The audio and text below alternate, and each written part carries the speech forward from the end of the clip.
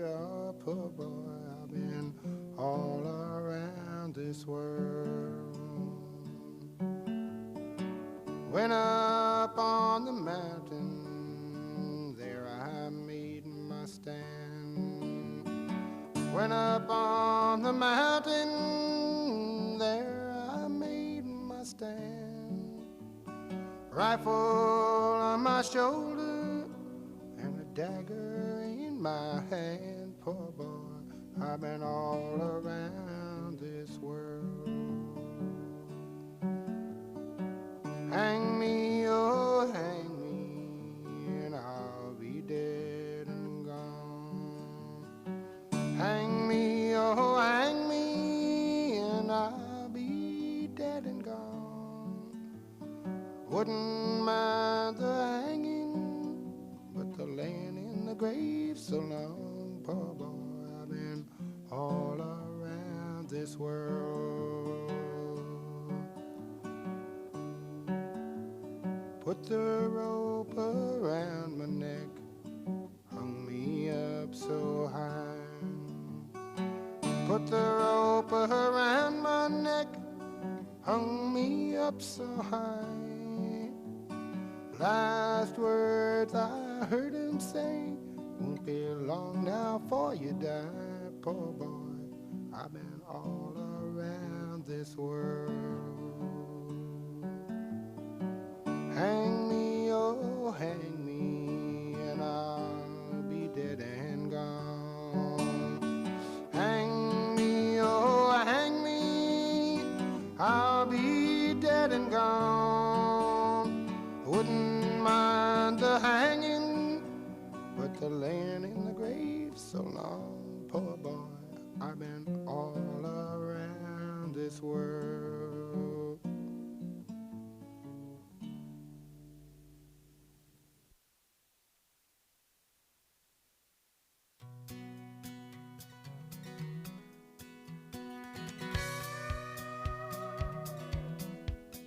She left Dallas for California with an old friend at her side. Well, he did not say much, but 1 year later he'd ask her to be his wife. And the lights of LA County, they look like diamonds in the sky.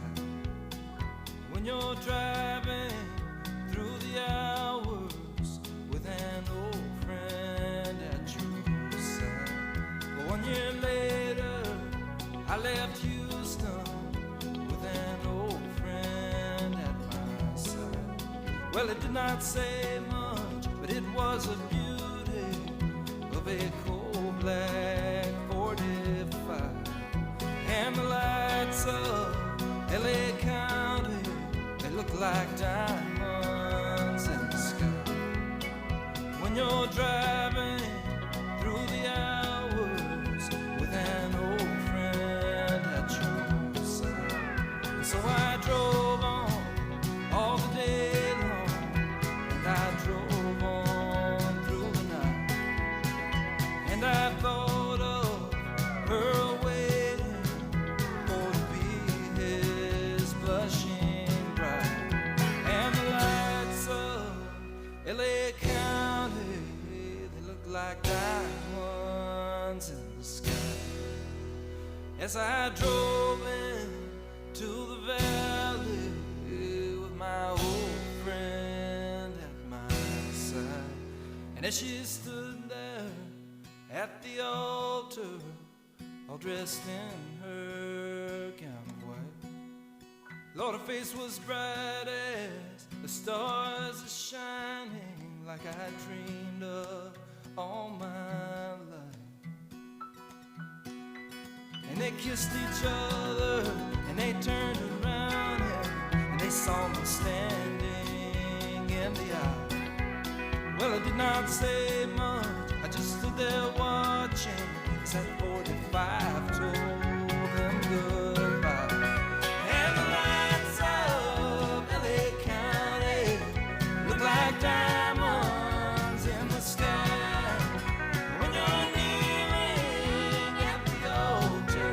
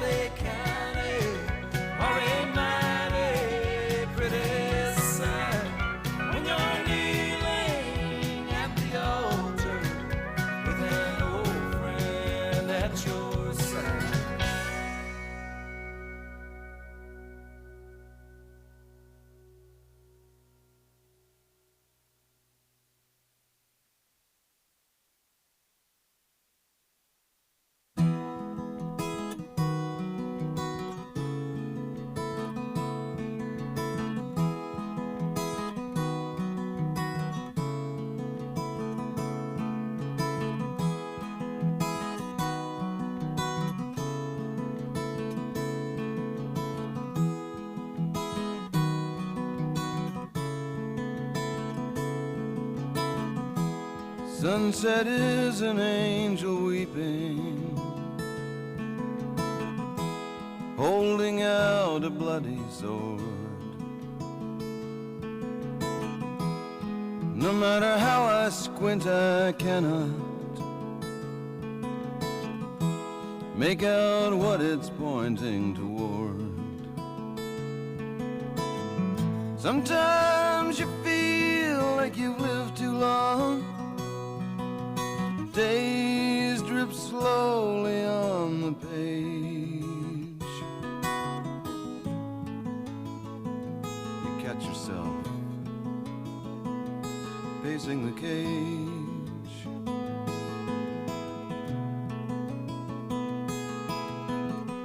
I've proven who I am so many times. The magnetic strip's worn thin, and each time I was someone else, and everyone was taken in. Powers chatter in high places, stir up eddies in the dust of rage.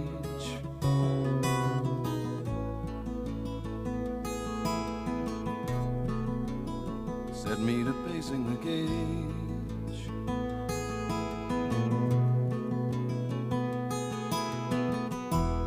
I never knew what you all wanted, so I gave you everything, all that I could pillage, all the spells that I could sing. It's as if the thing were written in the Constitution of the age.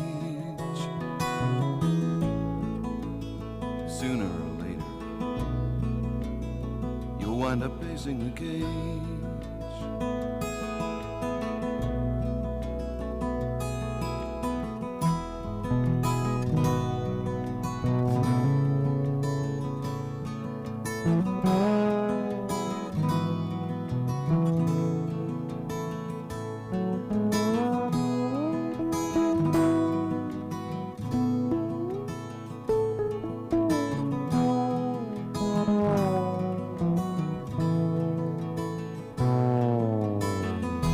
Sometimes the best map will not guide you.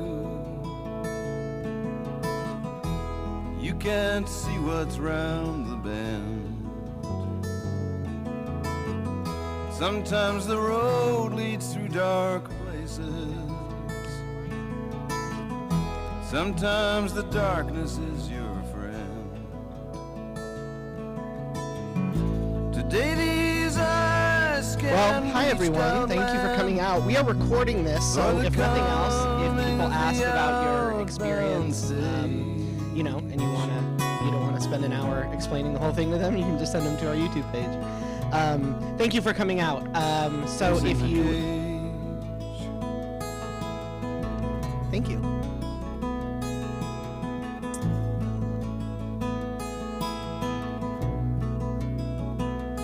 Pacing the cage.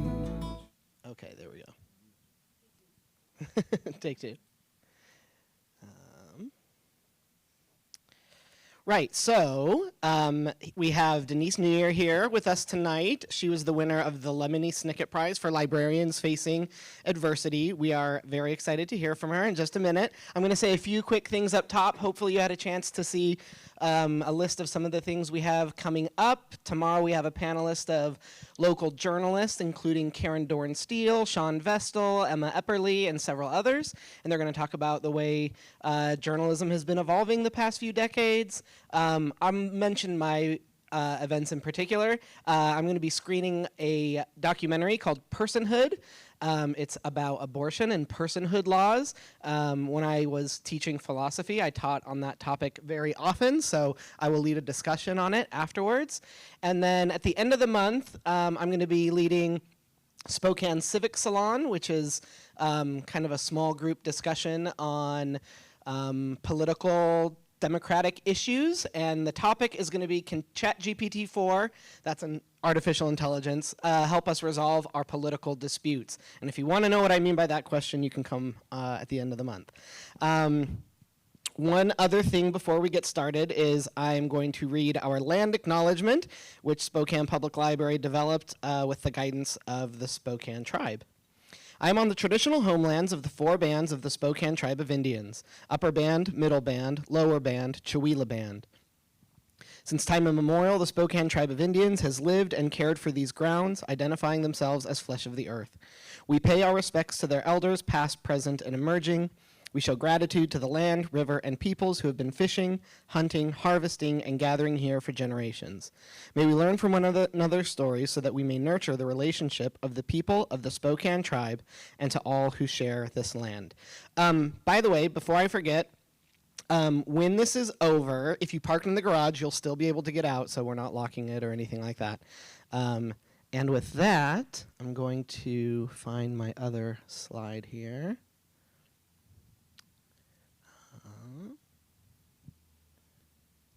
Okay. So let's get started. So now you just came from Chicago, right, to the big ALA conference? I did, yeah. We just got home yesterday, and we were there since Friday. Okay. That's great. Can you tell us a little bit about the experience? Sure, yeah. So this was my first ALA conference. I've always wanted to go. I've been to YALSA. I've been to other conferences around our area, but I've never gone to the big national one where there's 20,000 librarians in one area, which was amazing. So the sessions were great. We got to meet a bunch of authors. We listened to Idina Menzel and Rick Riordan speak. We missed Judy Bloom. I was so sad. But it's just such an amazing experience to be in the presence of so many thousands of librarians and people who believe in the same thing that we do. So it's awesome. And there was like an award ceremony where you received the award? Yes. So we had about 6 receptions to go to. Lemony Snicket, Daniel Handler, he and his wife, Lisa Brown, who is also an amazing writer and illustrator, they presented me with the Lemony Snicket Award, which was just, such an honor. They also threw a private party for a bunch of us, me and a lot of wonderful people the night before. So I really enjoyed getting to know them. They are the most down-to-earth, kind, talented couple. I love them so much. Awesome. Sounds super exciting. So let's back up a little bit, and I'd like you to tell us a little bit about your background, how you eventually found your way to work in libraries, and then eventually to your program, which caused you some grief eventually, but the Rainbow Squad. So I've been working in libraries for 24 years, and I started in Whittier, California, which was my hometown, and that is where I went to libraries. I grew up in libraries. I always did the summer reading club every year. I volunteered for 7 summers as a teenager, and I really looked up to Miss Bonnie Weber, who was my children's librarian, and I then, after all of that, was in denial about being a librarian. So I thought I wanted to be a child psychologist, and then I realized I'm very sensitive and I cry a lot, so maybe not that path. And then I thought, let's be a casting director for movies, because that's what you do. And then I did a couple movies as an intern, and I realized I'm going to go to library school. So I think that was my path all along. I just had to discover it. So I've always loved libraries. I always have loved that libraries are there for everybody, equal access to all. I've always been in youth services, and I worked with little kids, and then I had a wonderful mentor at the Monrovia Public Library, Sean Thrasher, and he said, you know what, I think you should be a teen librarian. And I was like, really? Oh, okay. And I tried it, and I loved it, and teenagers were actually my favorite demographic, age-wise. So he saw something in me, which I really appreciate. And now I'm the district teen librarian for the Community Library Network in North Idaho, so it turned out really well. So. It's so cool when you find those mentors who see something in you and guide you sort of in that way. Yeah, for sure. So then tell us, when did you start Rainbow Squad? Was there an impetus? What kind of made you think this would be good or needed? Or tell us about that. Yeah, so back in 2019, which feels like an eternity ago, I decided to start a GSA type group. So back then, it was Gay Straight Alliance. It is now called Gender Sexuality Alliance. I figured some of our community would not appreciate me calling anything with the word sexuality in the title. So I called it the Rainbow Squad. And I thought that we were being very transparent with what it was for our community.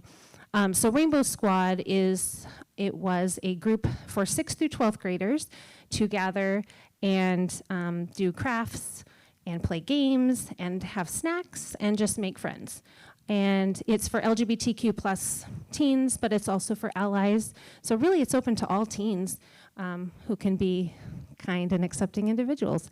So I have had some pushback about the word rainbow being in the title. But I do want to be transparent with what type of program this is. I don't, if I just called it Teen Hangout, I think it might defeat the purpose. I think that, I do work in the teen space after school, and I have all the teens, they're my children. They all call me mom, and I love them. But some of them do say some pretty awful homophobic things after school. And as much as we talk to them about it, put a stop to it, it's already out in the universe. It's already there where other kids, other people are offended and have heard it. So in Rainbow Squad, we don't have to worry about that.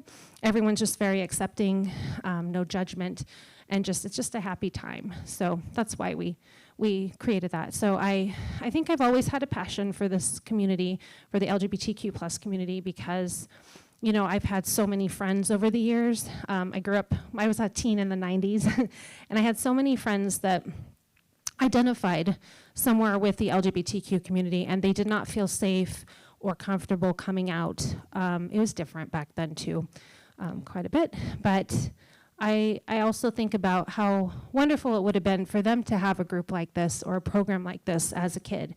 As a teen, they could have just been themselves. And so it just inspired me. I've worked with a lot of people as well, have just inspired me to come up with this type of program. Of course, COVID hit, and we kept it going because we saw the importance of it, so it was virtual. And so in the beginning of Rainbow Squad, I would get like 6 people, maybe.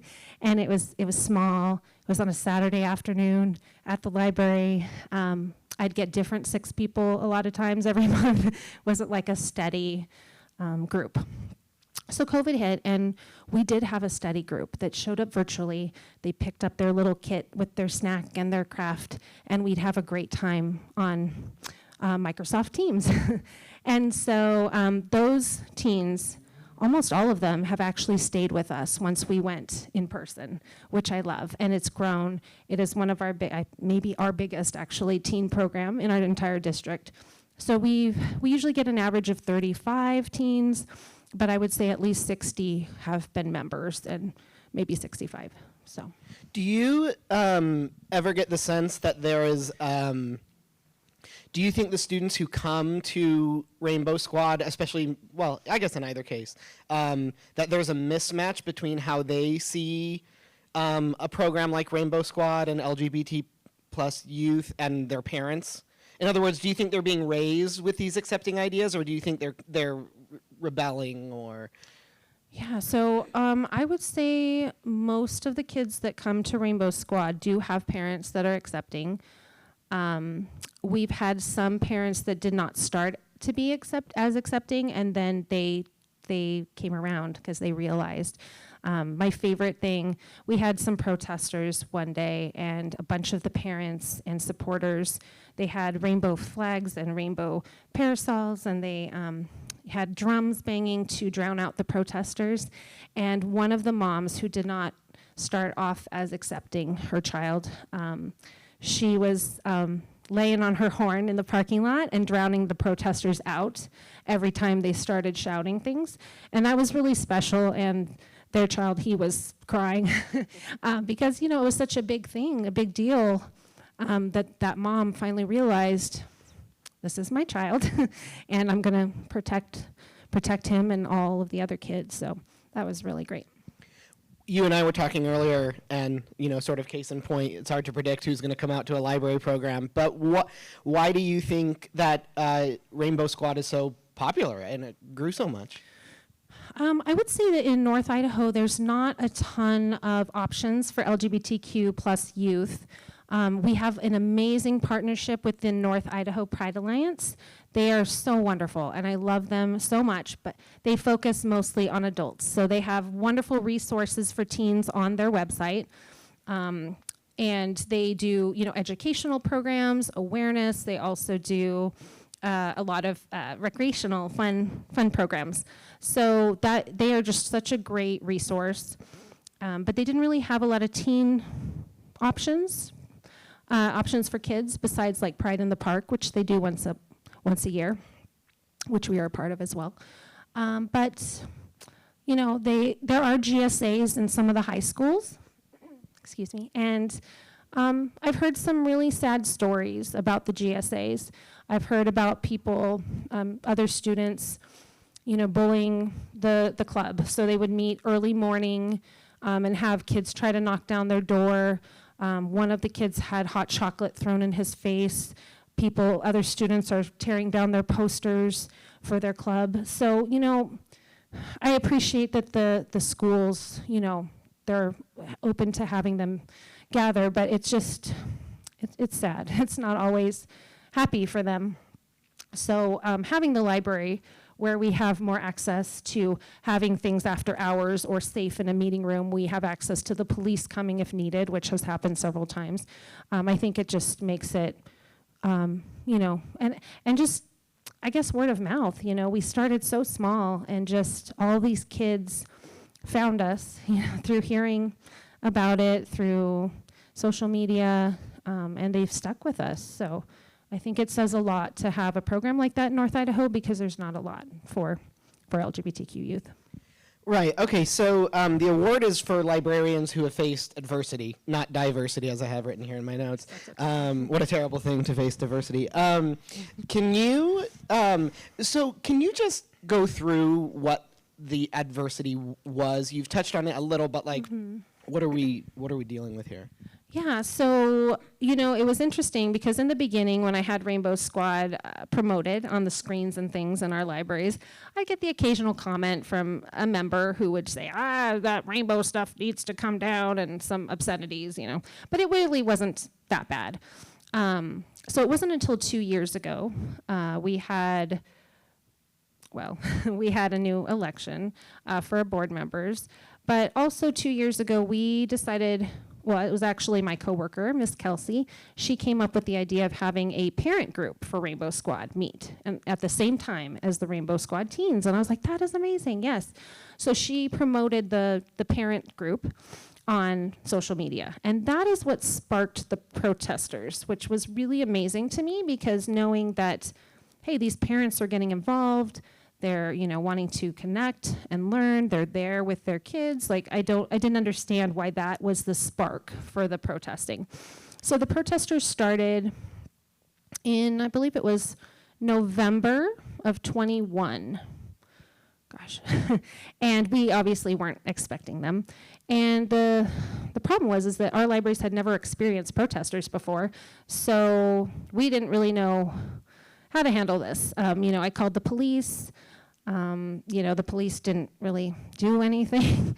And so the hard part was that the protesters were right in the teens' faces. So as they were coming in through the front doors, on either side, there were protesters. They are from a particular church in North Idaho. But they had their signs and shouting and the megaphones, and my coworkers and I were like, oh my goodness. This is so much, and kids were really upset, obviously. We were all upset. Parents were either crying or some were telling them off. It was just a nightmare. And like I said, the police really couldn't do anything. So after that, that night, we met. It was the police and our attorney, our director who we had, and we all met and decided that we needed a policy. So our new policy was that we would have a 25-foot rule for protesters or people who wanted to give out pamphlets or petitions or anything like that. So 25 feet rule on either side of the entrance. So we decided to implement that as soon as we could, which was the next month, the next meeting. And, the first time we had protesters, the leader, as I called him, he came up to me. I shook his hand. I said, "Nice to meet you." I kill people with kindness. And, I got his name. And he kept asking me the same question over and over again. "What are you doing with these children?" I'm like, "Crafts." And he kept asking, and I kept telling him, this is what we're doing. And he was upset. He wanted to come in. I said, "No, you are not registered, and you are not background checked. I don't trust you." So, that same gentleman, the following month, we had the policy. Police were there. They were so wonderful because it was a different library the second month. And the police told him we have this 25-foot rule, and he was arguing with them and being very verbally aggressive and didn't want to listen to the 25-foot rule because he didn't have that the last month. So they did end up arresting him because he was not complying, and unfortunately he had a loaded gun and a knife on him. Now, he is the same man that shook my hand the previous month, so I knew his name, and I was like, oh, I'm not going to say it now. It's in a newspaper article if you want to find him. But, it's scary. I know it's Idaho, and people have, weapons and things on them, but the fact that he felt he needed that at a children's program was really disturbing. So. Okay, wow, yeah, that sounds like a lot of adversity. Yeah, so we had the protesters, and from that, I did a kids' pride program for Pride Month, and, it was families. We did rainbow crafts and rainbow science experiments and kindness rocks and kindness letters, and this drew the attention for the Panhandle Patriot biker group, and they didn't like it that I was doing this, and so they decided to put my name, as well as a couple of our partners' names. They do these record requests on our emails because it's public record. They found an email that I was doing a kids program for Pride, and they put the email with my info on it on a flyer, as well as their social media. They had a picture of a drag queen, because this is what we were doing, apparently. And just, they were trying to threaten me, basically, by having my information out there on a flyer. So that happened, and we were part of Pride in the Park last year, where the Patriot Front almost reached us out of the U-Haul, and there were a lot of us there, and the whole time we were working at Pride, we've done it for 6 years now, but the whole time we were at our booth last year, there were people walking by with ARs, and it's just unnecessary. So that happened. And then as soon as I got word that I was receiving the wonderful Lemony Snicket Award, I knew once the press release went out, there were definitely words that would trigger people.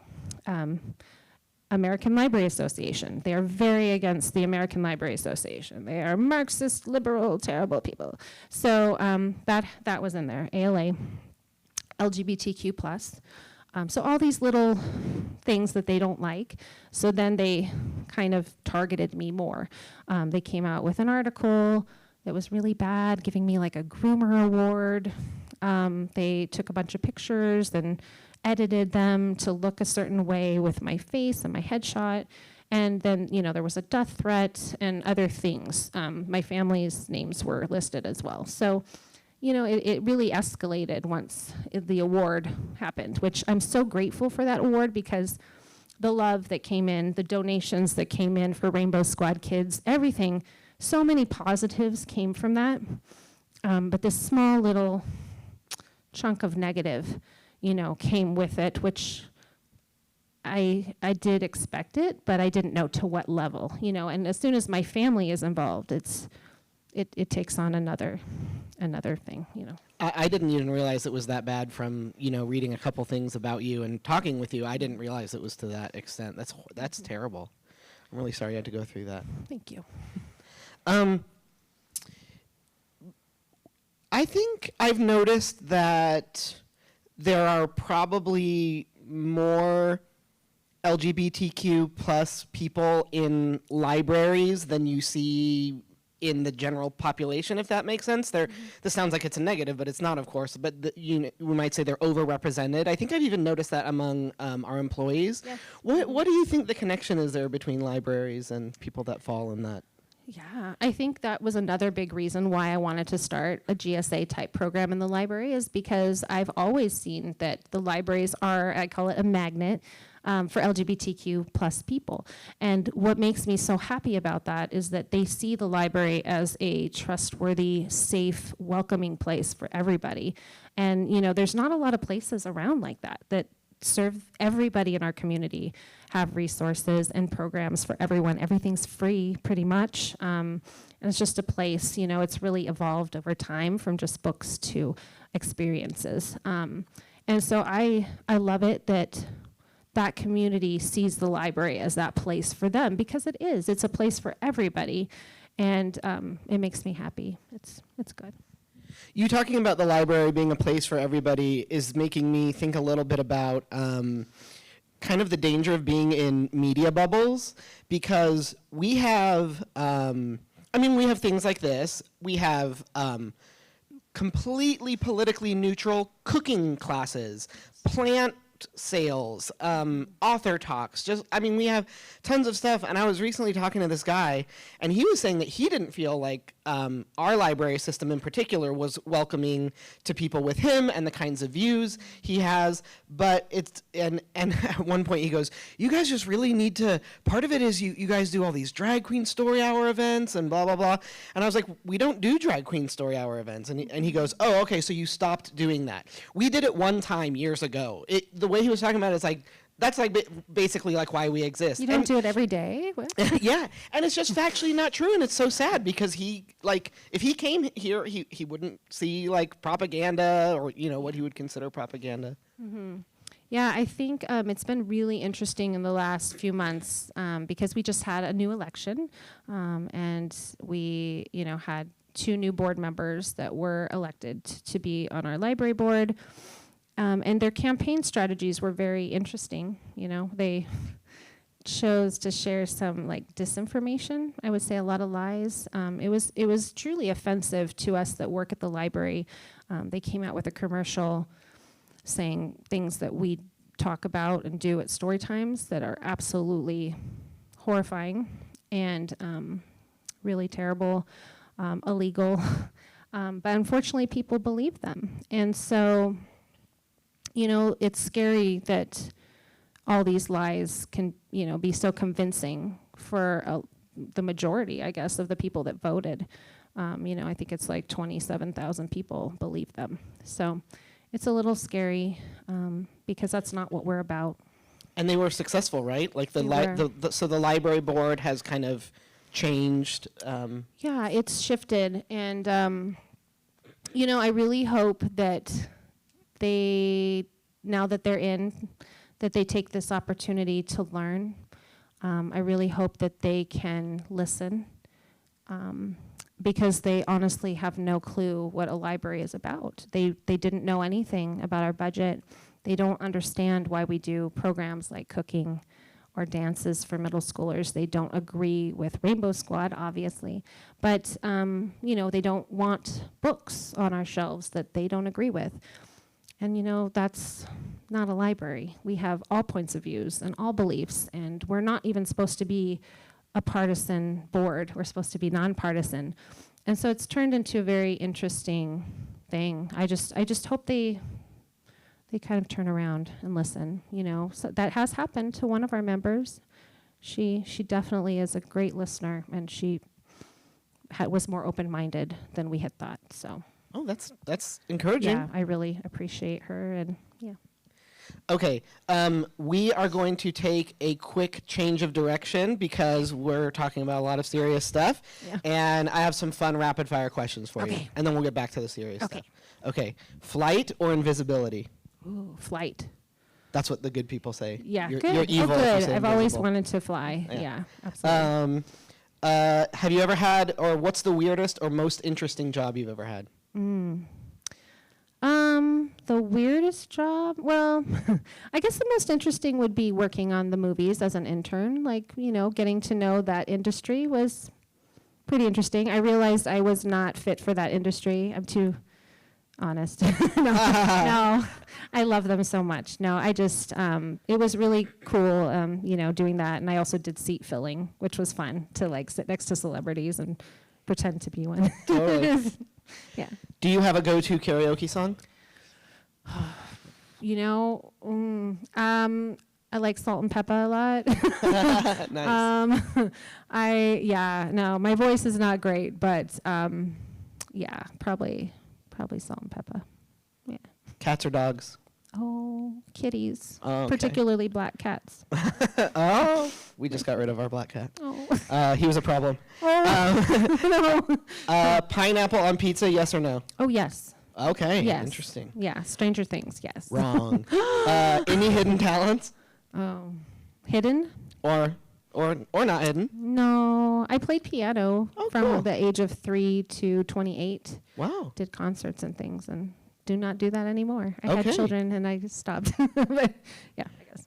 What is your most frequently used emoji? Oh, always like the smiley face that's scrunchy with the rosy cheeks. Mm-hmm. Okay. Very good. Okay. So I want to ask you, you've talked about the kind of, well, I don't even know if they were parents. I'm sure some of them were just people who wanted to be angry. But did you ever have conversations with people who didn't like what you were doing or weren't fully on board with what you were doing? Like, did you have any conversations, like, as opposed to people just, like, screaming at you? And how did those go? What were the concerns they expressed? Did they misunderstand what the point of the program was? Yeah, so the only, I guess, conversation I had was that first night of protesting with the gentleman that I shook his hand, and he kept asking me the same question again. Other than that, I've had a lot of people just yell at us and call us names, and they have an idea in their mind of what we're doing. They don't want to listen to anything else. I think they've dehumanized me and demonized me so much, and I think that helps them not see the truth, maybe. They just get to stay in their own little minds of what they think we're doing. So no, unfortunately, I would love to sit down with someone and have a coffee and just have a discussion. I definitely respect people that have other beliefs, and if we could just talk like civilized human beings, I definitely would do that. I don't think many of the people who have been protesting or fighting with us want to do that. They're very aggressive, and when they attend board meetings, they just bark. And they cuss and they heckle, and it's like, can we just be calm? Can we just talk?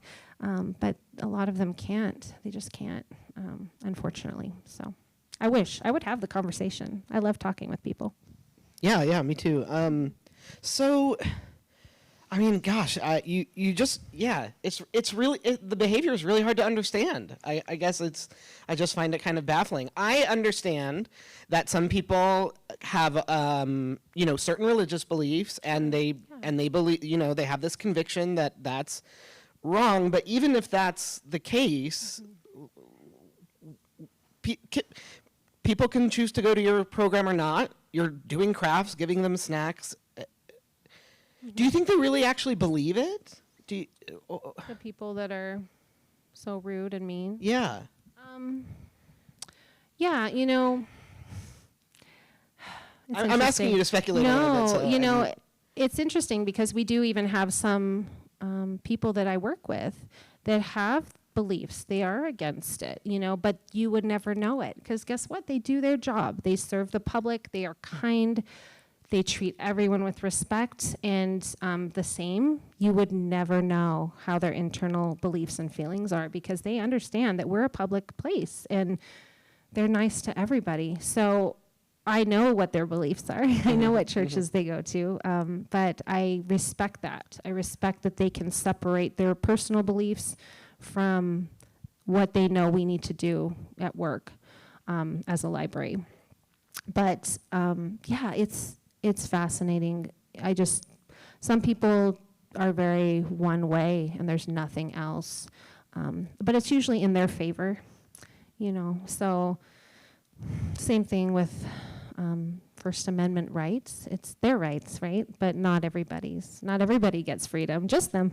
Yeah. And they don't want the government to tell them what to do or tell them what their children can do. But yet they want us as libraries to raise their children, apparently, and tell them what to read or what not to read or take books out, and censor things. So I'm not really sure. It's an interesting, they contradict themselves quite a bit. So, yeah. Okay, let's move on. Okay. More rapid fire. No, yeah. Could you talk about some of the impacts you've seen Rainbow Squad have on the lives of some of the young people who participate? Feel free to answer that in a general way, or if you have specific anecdotes, feel free to share some of those. I brought something. Oh. So I do want to say that I'm so happy when I see teens from the Rainbow Squad arrive to Rainbow Squad for the first time, and they're super shy. They're sitting in the corner. They're not making eye contact, just not talking to anybody. And by the end of that one, or at least the next one, they have made friends, and they're talking, and they're laughing, and they just look so happy. And that, to me, is exactly what this group is for. One time we had one of our regulars, he and his siblings have attended for a very long time. They ended up moving an hour away, and they still attend sometimes, which makes me so happy that their parents drive them to this program. But this was a few months ago, and he was on suicide watch because he had tried something on a Thursday, and our program was on a Saturday. And his parents brought him, left him with us, trusted us to take care of him. It was a little scary, but that tells a lot as well, that he needed us. So a few months ago, I had all the teens take a half sheet of paper, and I asked them to please write down, what does Rainbow Squad mean to you? What is the impact on your life? Why do you come to this? Because I knew politically for our library board it might not be great, and I wanted to hear from the teens, why is this important? So I said, don't put your name on it. So they were very, very candid and, truthful with what they shared. So I brought a few that I wanted to share with you. We had 33 teens fill them out, which I appreciated. So one of them says, Rainbow Squad is my only true safe space as a queer and trans teen in North Idaho. It's very important to me that this club stays protected for me and my other queer friends. I have unsupportive parents, and the library has become a second home for me. It's amazing to have a space where I can be seen, heard, and truly respected. If this club was taken away, I don't know what I would do. Keep us safe. I love this program because it's the only time I get out of the house. It's important. The Rainbow Squad is important because I didn't self-harm today to come to the meetings. I cry a lot, guys. It's a safe space for queer and genderqueer people. And then this is a long one. Why Rainbow Squad should stay! Exclamation point times 3. It gives me an outlet to be with people like me. As a homeschooler, I don't have many opportunities to talk to people in my area. Rainbow Squad guarantees I have an area to talk to people and have harmless fun. We play games, which is really important for me. Again, homeschooled. I don't have time for the other events. This is the only one I usually go to. I wouldn't have met half my friends, half is underlined 3 times, if this program did not exist. And then in very tiny writing, that's it, smiley face. Please don't cancel this. It's literally the only thing that's keeping me together. I'm barely kidding. So, it shows how important our program is. The suicide rate is so high, especially for youth in the LGBTQ community. And a lot of our people that are against it will say it's because they are LGBTQ. Right. And in fact, it's not. It's because people like them, society treats them like they're nothing, like they're not important, they're not worthy. And so that is the problem. So, yeah, and I've also had people get mad that we segregate. Why do you have a Rainbow Squad where you segregate these teens? And I find it interesting that they use that word because we're not segregating them. The reason why we have this program program is to keep them safe, to keep them from not being harassed. And unfortunately, the bigger question, the bigger issue for me is that we can't just have a teen program where they are safe and not harassed, because some of those people's children, other children, constantly harassing them. And so that to me is the bigger worry. Like, look at the other people, why we have to keep them safe. I mean, you know, I don't want to separate the teens, but I do open it up to people who will be kind allies, but yeah, so. Yeah, that's interesting, that use of the word segregate. I've noticed there's this tendency to kind of like appropriate words that they think kind of are coded as liberal, but give them right, like, don't you care about diversity? Why are you segregating? Like, I hear that tactic. And they hate the word inclusive. I'm like, don't you want that community to be inclusive? Like, what's wrong with being inclusive? But yeah, they really don't like that word. Interesting. Yeah, right? Let's see. Okay. This is kind of this is like a question I hear being discussed a lot in our society, and it's okay if you don't have like a perfectly nailed down answer, but I'm curious what you would say about it. So libraries face the challenge of balancing a desire for free expression with a genuine need to protect children from material that could harm them or be bad for them in some way. And I mean, ostensibly, that's a lot of these people's concerns, right? They say, you're carrying this book, it's going to harm children. But there is something to that. There is probably material that we, you know, I mean, parents can make the decision. But so is there a balance to be found there? Yeah, so first of all, for everyone here, thank you for being here. Everyone here, as well as everyone in, you know, online YouTube land, there's no pornography in our children's section, period. I have a problem with people thinking that we have explicit material in our children's section, and they mention books that have, like, you know, a pony wanting to be a unicorn, or, you know, educational books, or a baby's bottom. For me, that's pretty terrible if you think that is anyhow, there's a bigger issue there with these people, but there's none of that in the children's area. Some of our YA books do have some scenes, you know, some topics that are rough, and it is, like you said, up to the discretion of the parents to decide what is okay for their family. I have my own rules for my family, but other people have different rules. And, you know, unfortunately, a lot of the teens in our community, they talk to me, they confide in me about the horrible trauma that they've experienced in their lives. And a lot of those issues that are in these books, they've experienced. Unfortunately, a lot of those kids, not even Rainbow Squad kids, just all the teens that I work with, they don't read. And I wish they did, because if they read books about characters that have experienced these awful, traumatic events that they've also experienced, perhaps they would know, you know, hey, I'm not alone. Other people have experienced this. This is what they did to help themselves. You know, I think it's a service to these kids who have gone through things. It's also a service to kids if their parents allow them to read these books in the YA section, which is young adult, that they can then relate to people they know that have experienced these things. You know, maybe their friend, it happened to their friend.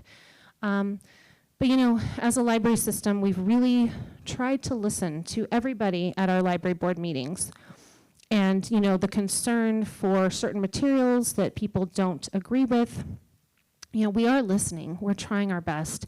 So what we've done is we are implementing a children's library card. It's actually starting on Saturday, July 1st. And what that means is that parents can opt in to have a children's card, which means their child can, you know, will only be able to check out books in the children's section. So the young children's section, you know, that goes up to about age 11 or 12. And they will not be allowed to check out any other materials.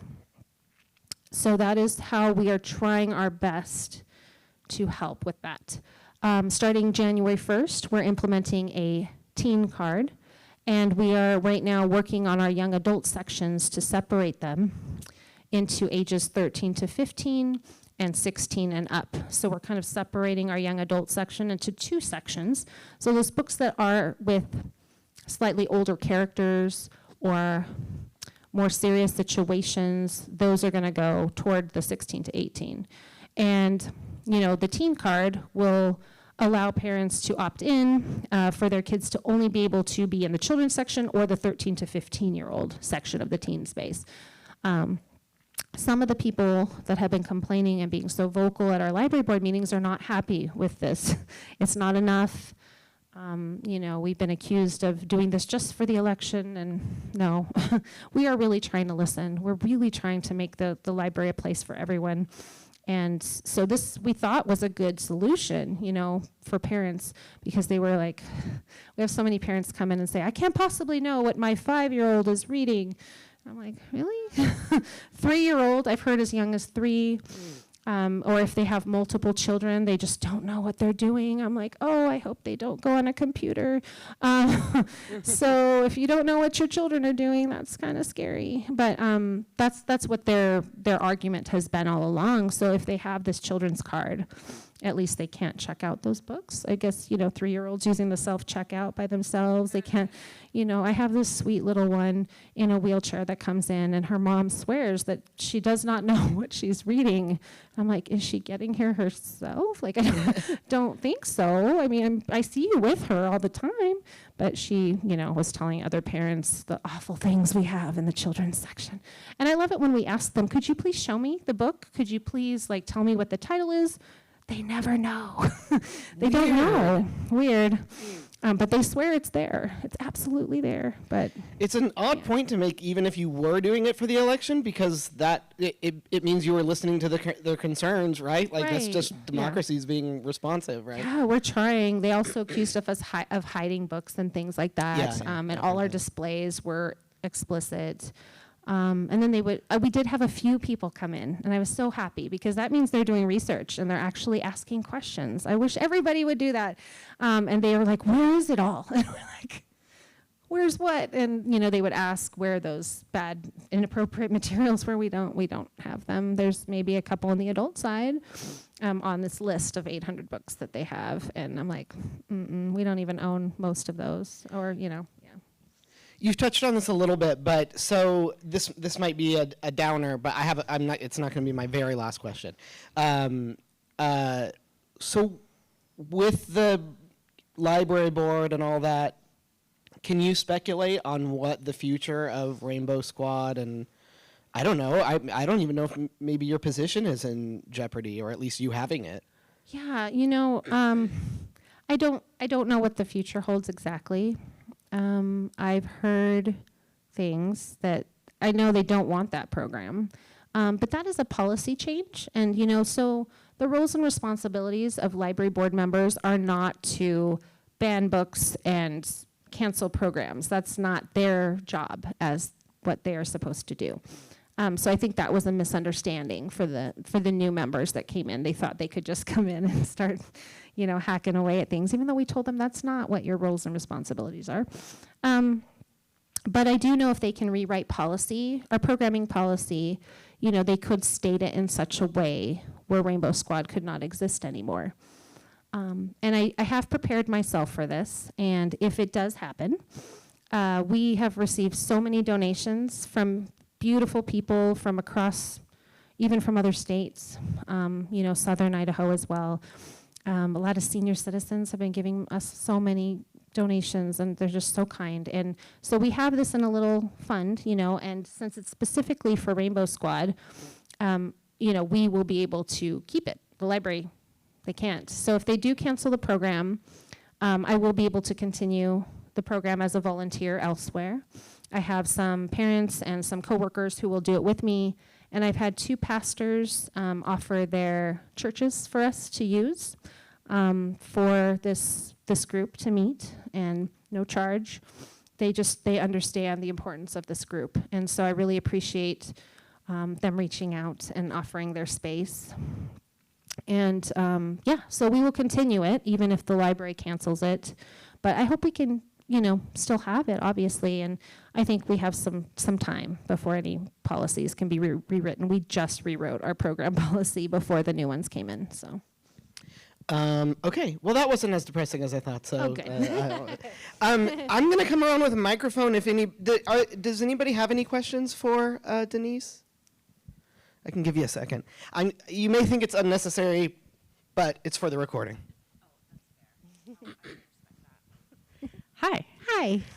Well, first, thank you for literally everything. Wow, Aw. that's incredible. So thank you for that. And big fan of the library. Safe space for me as well. So love to see it. Nice. I'm curious, and this is kind of coming from someone who doesn't spend a lot of time with teens and kids every day. I'm not a parent. Just a straight up civilian here. And you know, I can imagine how hard of a position it would be to have all that chaos while you're also trying to be a good role model or kind of like confirmation that these kids are okay, you know, while all this is happening around you.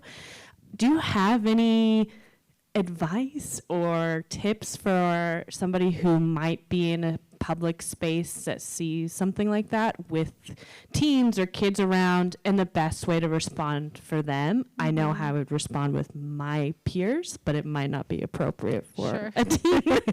No, I get that. You know, I've done a lot of self-reflection and meditation and breathing. Breathing is good.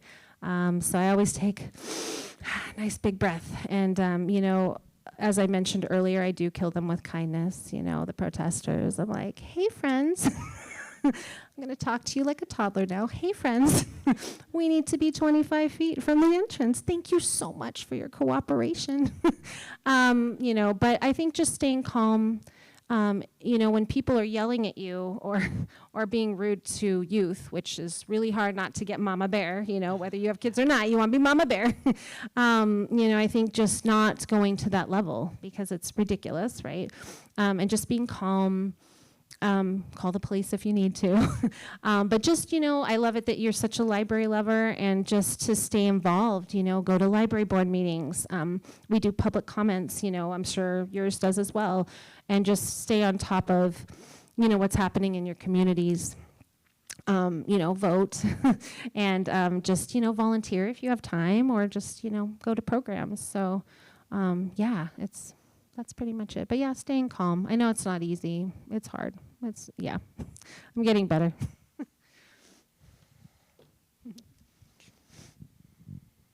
you very much. Thank you.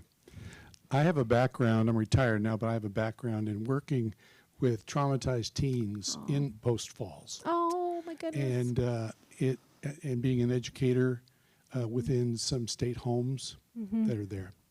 And knowing that they have such different kinds of traumas expressed in their young lives between the ages of 11 and 18 that I've worked with. Have you experienced maybe in your responses, written or otherwise, in conversations of children who may have had a traumatic experience and aren't able to express it unless they're in your safe environment? Yeah, thank you, first of all, for doing the work that you've done. That is amazing. It's so needed. And, you know, most of the horrible stories that I've heard have been addressed, usually by a parent or the police. So I have not really had to do a lot of mandated reporting. I think I've done maybe one or two in my career.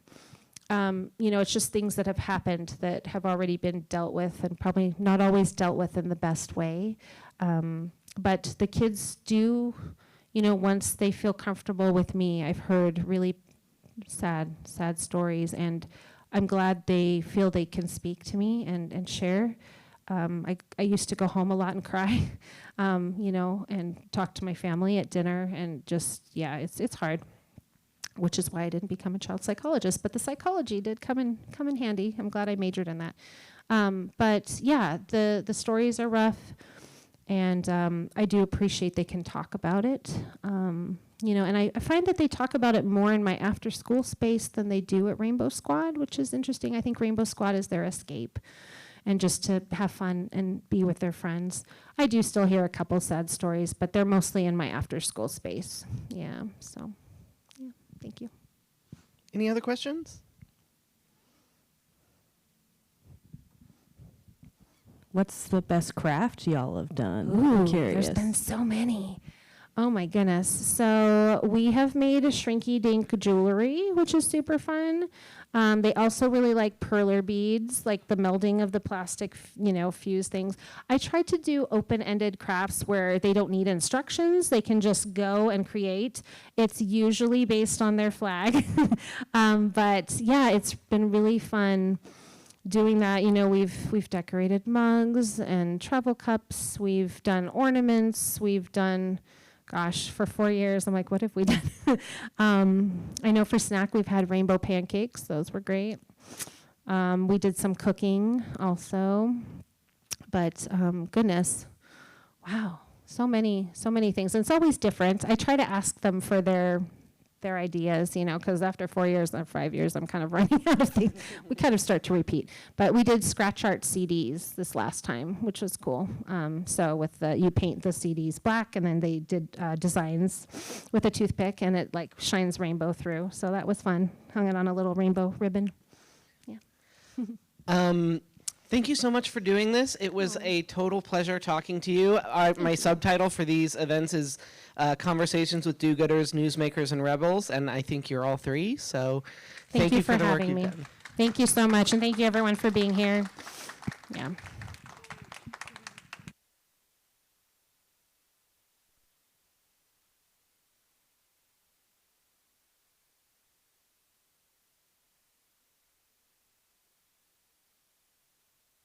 Recorded.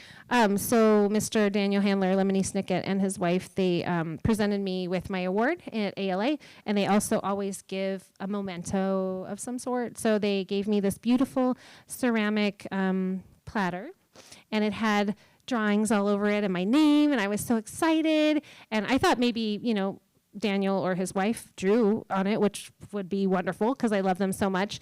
But then they told me that Mo Willems, their very good friend, who is like one of my other favorite authors, actually made this for me and was really sad he couldn't make it to meet me. But he, signed it and drew it for me, and he knows my name.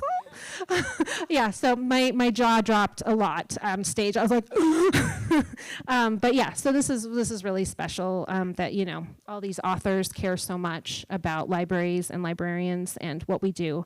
And yeah, I had to just share the Mo Willems platter. So yeah.